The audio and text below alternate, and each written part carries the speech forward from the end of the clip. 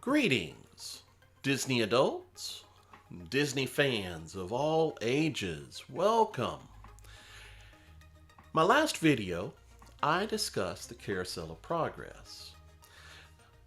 Several videos ago, I did a video about the People Mover, and I did a video about the monorail. And so I thought it would be a good time to do a video about all of Tomorrowland. So that's the topic of today's discussion, Tomorrowland. And we want to ask the question, what would Walt think of Tomorrowland in the Magic Kingdom? So I'm excited to share this with you. And before we get into talking about the Magic Kingdom of today, we need to go back in time.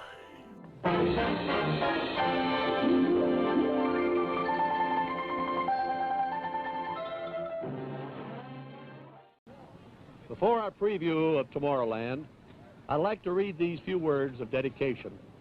A vista into a world of wondrous ideas, signifying man's achievement, a step into the future with predictions of constructive things to come. Tomorrow offers new frontiers in science, adventure, and ideals, the atomic age, the challenge of outer space, and the hope for a peaceful and unified world.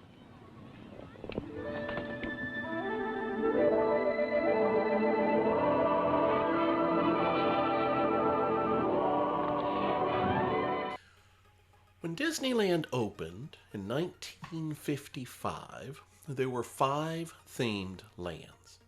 There, of course, is Main Street USA, sort of a callback to Walt's growing up in small town USA. There's Adventureland, Land of Adventure, makes perfect sense. There's Frontierland, which harkens back to the old Wild Wild West days and cowboys. There's Fantasyland, an opportunity for you to actually interact with some of your favorite Disney movie characters, such as Peter Pan, Alice in Wonderland, and Snow White. And then finally, Tomorrowland. I imagine Walt was most excited about Tomorrowland. The idea behind Tomorrowland was a showcase for the world of tomorrow, a showcase for the new and exciting inventions that were on the horizon. In our last video, we talked about the Carousel of Progress, and the theme song for the Carousel of Progress was There's a Great Big Beautiful Tomorrow. Disney Imagineer Marty Sklar once said that was Walt's anthem.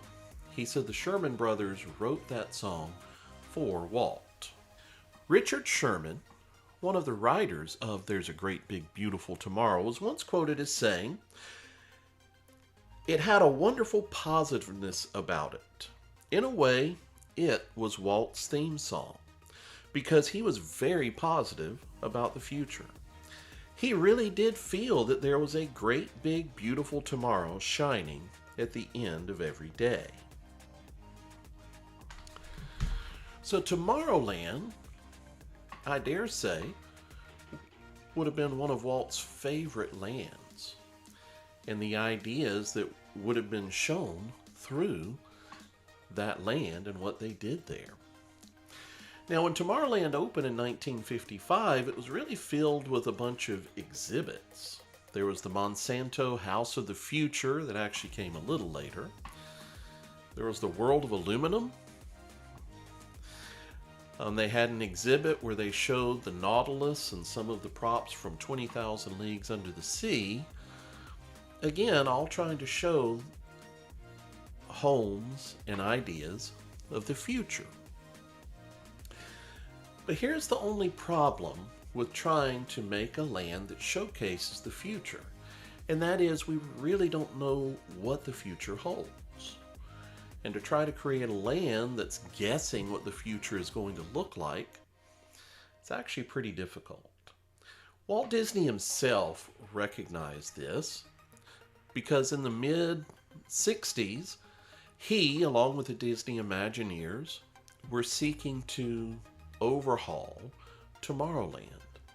In 1967, we saw a reimagined Tomorrowland opened at Disneyland with some new attractions and some new ideas. Now, when Tomorrowland opened at the Magic Kingdom in 1971, kind of like the first days of Disneyland's Tomorrowland, it was incomplete. The Tomorrowland of the Magic Kingdom only had 2 attractions open in it on opening day: the Grand Prix Raceway and the Skyway to Fantasyland. Now, over time, more attractions were added, but again, the challenges of trying to figure out what the future is going to look like are difficult. And the computer boom of the 80s, and of course, the development of iPhones, of handheld phones through the 90s and the 2000s. Really, this is something Walt would have never seen. I don't think Walt himself even imagined what this future would look like. In 1994, Tomorrowland in the Magic Kingdom underwent a massive renovation. You see, Disneyland Paris had opened, and Disneyland Paris does not have a Tomorrowland. Instead, Disneyland Paris has something called Discoveryland. The same idea, but instead, the feel is more kind of a future that could have been, the future that Jules Verne might have imagined. A more timeless approach to creating a future exhibit or a future land that doesn't depend on trying to guess what the future holds. And so the Magic Kingdom and Tomorrowland kind of followed that idea. They called it the Tomorrow That Never Was. And again, it was kind of what Jules Verne would have imagined the future looking like. It was kind of what Walt Disney might have imagined the future looking like. So the new idea of the new Tomorrowland was that it's kind of a spaceport city unifying a bunch of different planets. Space Mountain is kind of our rockets to these various planets. The People Mover became the Tomorrowland Transit Authority, leading you through the various elements. And this became the idea for the new Tomorrowland.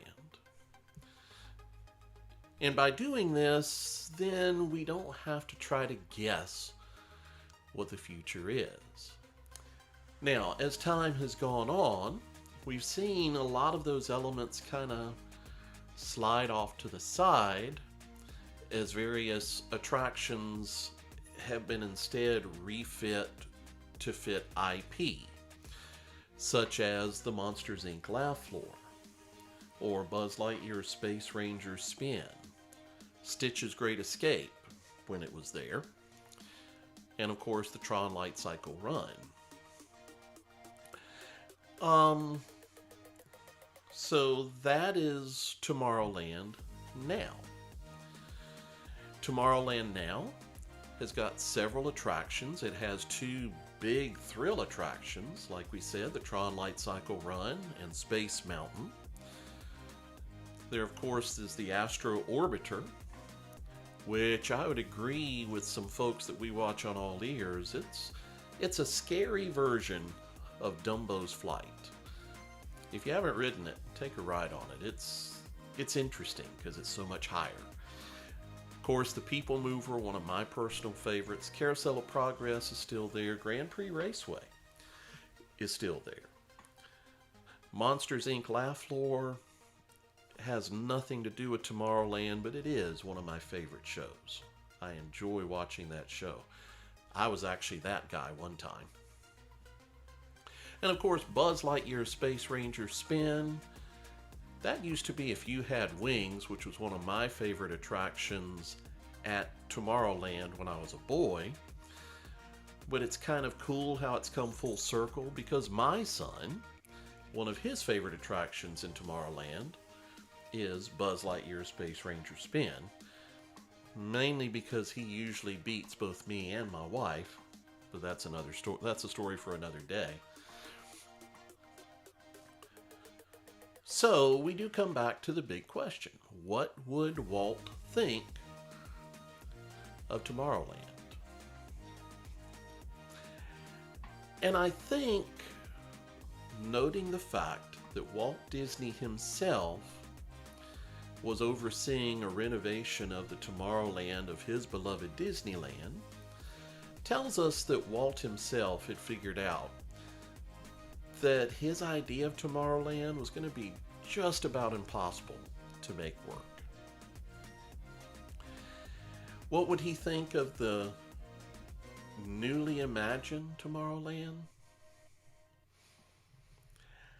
I think he would like the idea of Discoveryland, the idea of the future that never was. That said, I do think he would question, why do we have so much IP in the future that never was? Why do we have the Tron Light Cycle Run? Why do we have Buzz Lightyear Space Ranger Spin and the Monsters Inc. Laugh Floor?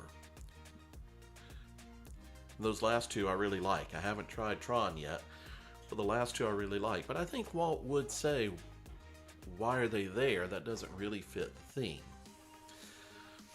And I think that would be Walt's biggest question. I'm not saying get rid of Buzz Lightyear Space Ranger Spin. I'm certainly not saying get rid of Monsters Inc. Laugh Floor. But figure out how to make the theming work. Because right now, I'm not convinced it does. And I believe Walt might say the same thing. I'm not convinced the theming works with what is there. It looks very futuristic, true. But is it really the future that never was?